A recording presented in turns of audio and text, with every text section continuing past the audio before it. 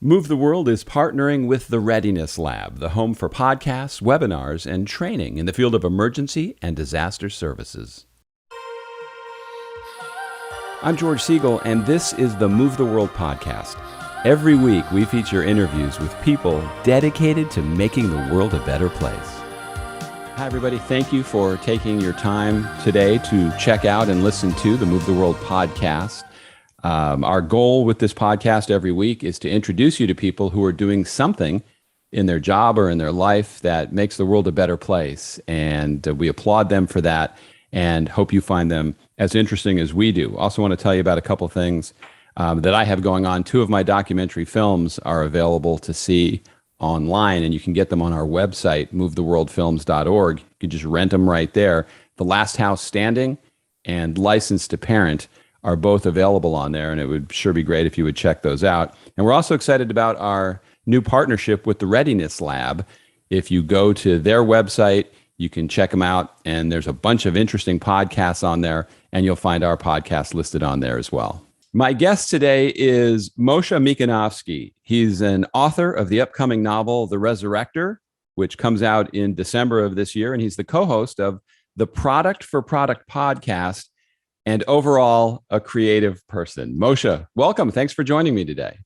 Thank you for having me, George. I really thankful to be here, and I'm looking forward for our chat. Absolutely. So Moshe, tell us what you do to move the world. Yeah, so one of the things that I really like doing is make people happy. And in the things that I'm trying to do, both in my personal life, in my professional life, I'm trying to create value to people that will make them happy. So in my professional life, I'm a product manager of software digital products. And that's what I'm trying to do, to create value for the users of these products so they're happy using it. For in my outside of professional work, you mentioned my book that is coming up. I'm trying to write a story that people will love reading. Hopefully they will love it. You can see also some of the paintings I have behind me. I used to paint in the past, sometimes these days as well. I was always thinking about, would people like these pictures? I really like, to create this additional value for people. Now, those are boats over your right ear. Are those two boats on the shore? Yeah, these are two boats. This I painted actually at Toronto Island. I don't know if people know, but Toronto is, I live in Toronto, and we actually have an island in the lake.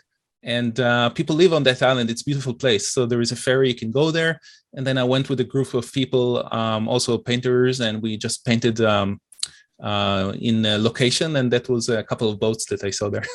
Yeah, obviously you went in a warm time of the year. Because it could be really, I lived in Detroit for 3 years, and you're further north. We went up to Toronto a couple times. Spectacular, beautiful city, but too darn cold for me. Now, you don't like cold weather either, do you? I don't. I'm originally from Israel, and it's a bit tough, even though I've been here for many years. And actually, I lived in Detroit also before that for 6 years. I lived in Oak Park.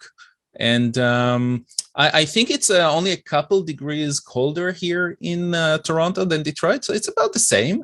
But you're right. I don't like the cold weather. I prefer the heat. Yeah, Detroit really gets a bad rap, but the only thing I didn't like about it was the cold weather. I thought the people there were great, and yes, definitely, really a nice city. So it's interesting when you talk about moving the world and you talk about doing it through making people feel better. There's so many angry people right now that if you truly can make people feel better, I believe that can be a huge part in moving the world, just getting people to calm down. Yes, definitely. And people, for some reason, either they live in their heads or they're not mindful about what this affect their life. And it's definitely one of those things that I see. I do see also more and more people are trying to make that change, so people will not be that angry all the time. So it's definitely, if you can find venues for become more content with yourself and happier, then I'm all there to help with that. Now, have you written books before? Will this be your first endeavor into writing a book? That will be my first. I actually wrote this book 8 years ago, so it's been a very long process. I wrote it during NaNoWriMo, which is a National Novel Writing Month, which actually happens right now. Every November, for 30 days. People around the world are sitting and writing books. And I decided 8 years ago, my daughter actually, she wanted to do that with some friends. She had an idea for a story and she said, I'm going to write it this year. And I'm like, okay, I'm going to do it with you. So we did that. And at the end of the month, I had a story in my hand. And that was the story of The Resurrector, which is the book that I'm publishing.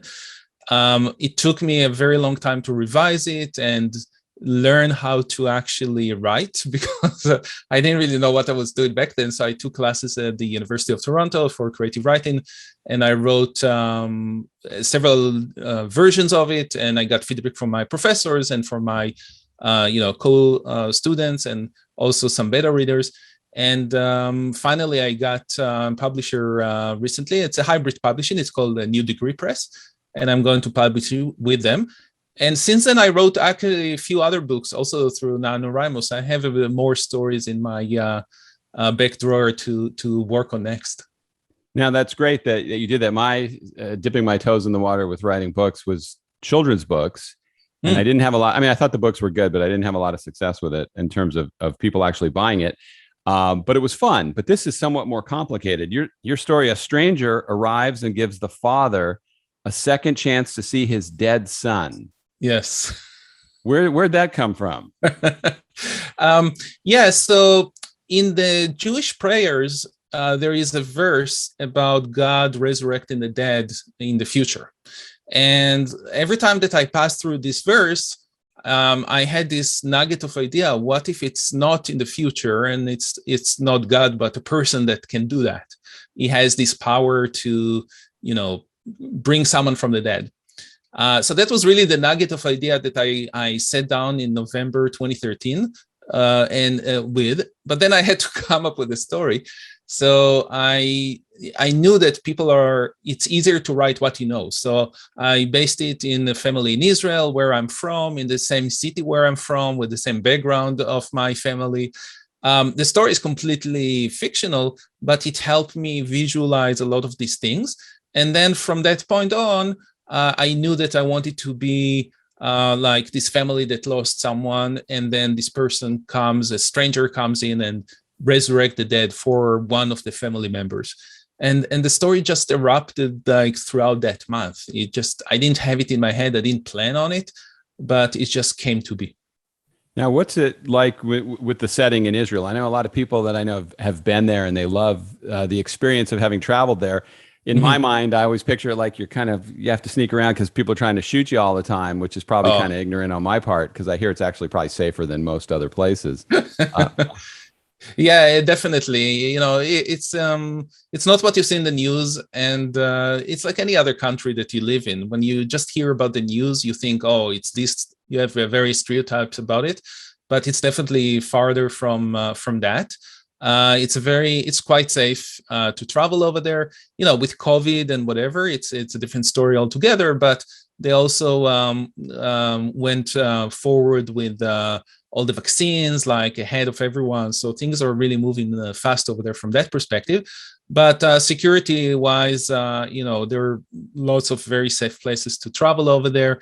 And if you know where you are, you know where you're going, you go with someone that knows, it's usually not a problem at all. Yeah, I don't think I could sit on a plane that long, though. Maybe I always get the middle seat. So do you believe in life after death? It's a very good question, which I always contemplate. I do and I don't.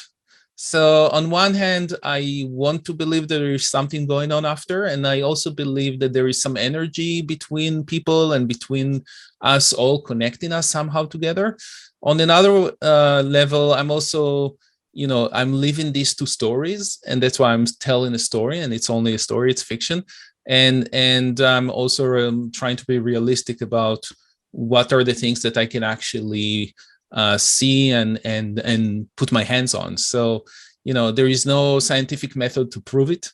So it's very hard to believe in it, but it's still an open question that I think every day the answer is maybe a bit different. Yeah, that's. It would be nice to know. It's like if somebody could just come back and let us know that everything's okay. Exactly. It doesn't work out that way though. So when the book comes out, you're going to be doing a lot of publicity for it. You got to, what's the plan for getting it out there in front of people?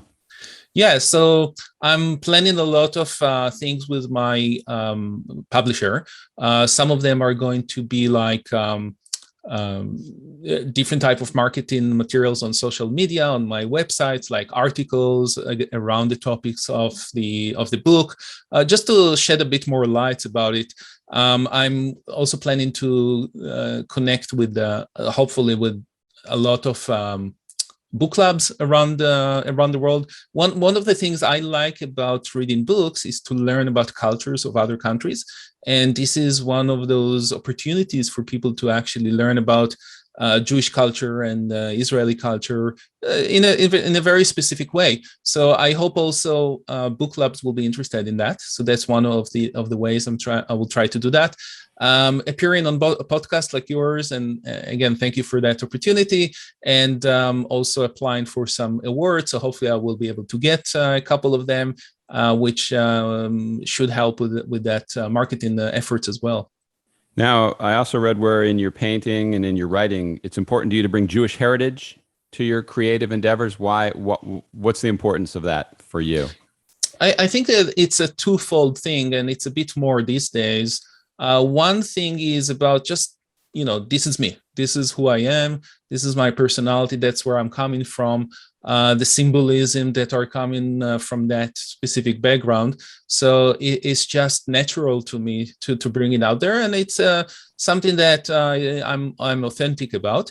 And then the second thing, in the last year, there was more and more issues with anti-Semitism around the world and stuff like that. So I think that through art, through visual art or storytelling, it's a great way for people to learn about diversity and about other cultures, and see that we're just the same as everyone else. We might have different traditions, we might have different symbols, but at the end of the day, we're all human. So that's also the other importance for me. Now you're also, being in Toronto, okay, well, I can say you have three different angles coming at you with COVID. You're close to the United States, so you see how they're handling it. You see how Canada's handling it, and you probably know a lot of people over in Israel and see how they're handling it. What's your impression of how the whole thing Oh my God. It's a very debatable thing. I think that one of the I watch a lot of news from Israel because we can watch them over here, and people Israel is really big on news. Like, they love the news. They're talking all the time about stuff. And then of course I have the family. All my family lives there, so the restrictions of going over to travel. We missed a couple of bar mitzvahs in the last year in the family because we couldn't travel over there to join them. So it's definitely, I think that. I love how they are pushing forward, in Israel to do things, but and get the vaccine fast and have everyone vaccinated and all of that stuff. But on the other end, there is also, people are impatient about things, so they travel even with the restrictions. They travel even with not vaccinated, and I'm like, be a bit more, patient about these things. Let things die down, and I think that sometimes because of people impatience in some areas, this COVID doesn't really die down as sooner as it should be. Yeah, has the vaccine been effective over there, you think? I know a large percentage of the population was vaccinated, but then I read some articles that say they've had a lot of breakthrough infections and everything. How have you heard it really is going over there? So from what I've seen is that they actually did like 3 weeks in between, like the recommendations of the different, like Pfizer and Moderna. And in Canada, actually, they postponed it. In the beginning, we were supposed to get it only 6 months in between, or 5 months, or something like that, because they didn't believe the recommendations, and they said that usually in different vaccinations you have to wait longer. And eventually, because of the different waves that happen here in Canada, they actually reduced the time. So we got it faster than that, but there was, I think, like 3 months between the two vaccinations that we got. And what happened is, after the Delta got to Israel, they realized that now actually they need a booster, and it's not as effective. And they did see that if you do it a longer time in between the shots, it's more effective. So what I've heard is that now they approved the vaccination for kids in Israel. It just happened last week, and they are going to do longer time between the two shots over there. So they're learning, and they're looking at other places, what happened and what works and what not. But in general, it becomes a headache for everyone. Those that are for it, those that are against it, and every place has that, and which I don't understand. But yeah, I mean, once politics enters into anything, there you go. Half people are going to hate it, because it's no longer about what's good for you and me. It's what's good for our side versus what's good for your side. Exactly. And I think that's one of the things that I'm most frustrated about in trying to do anything to move the world, is you're automatically, if you come out with some kind of position, you're going to run into a lot of headwind of hate from half the people out there. That's kind of crazy. And interesting enough, these 3 countries had elections during COVID. Both in Israel and the US, the government changed. In Canada, it remained. So maybe people are happy here with what the Canadian government did. Maybe we're still Canadians in a way that, things are fine, then let's not just change it. Do you ever think of moving south to warmer weather? I mean, I'm down in Florida, and it rarely freezes down here.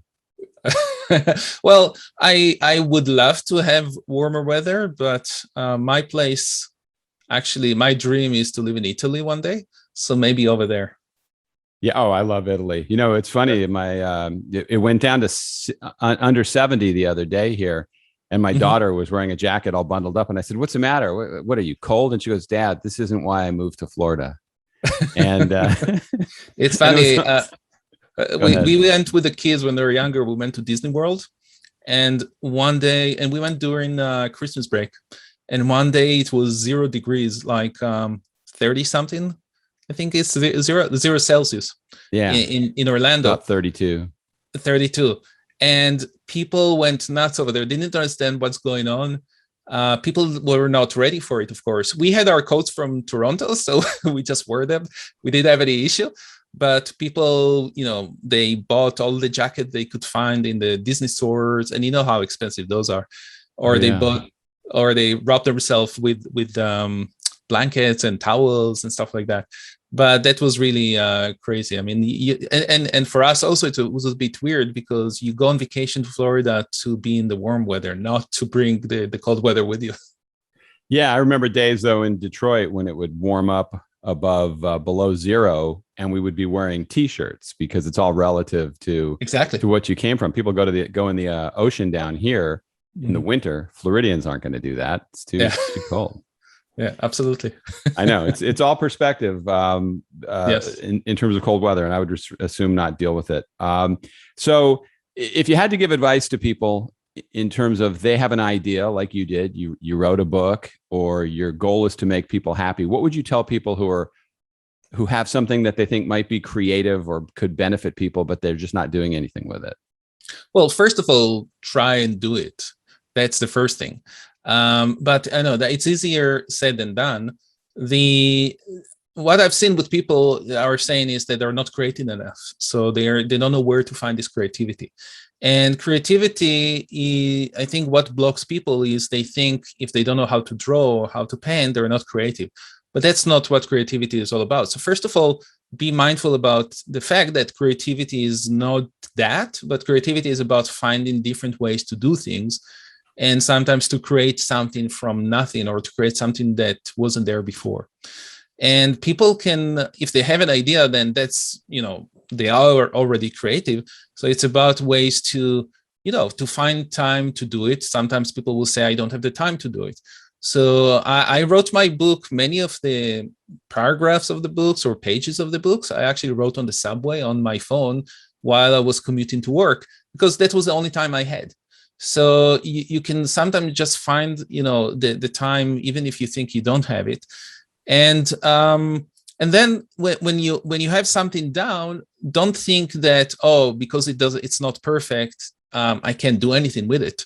But learn a bit more about, what will help you to make it better.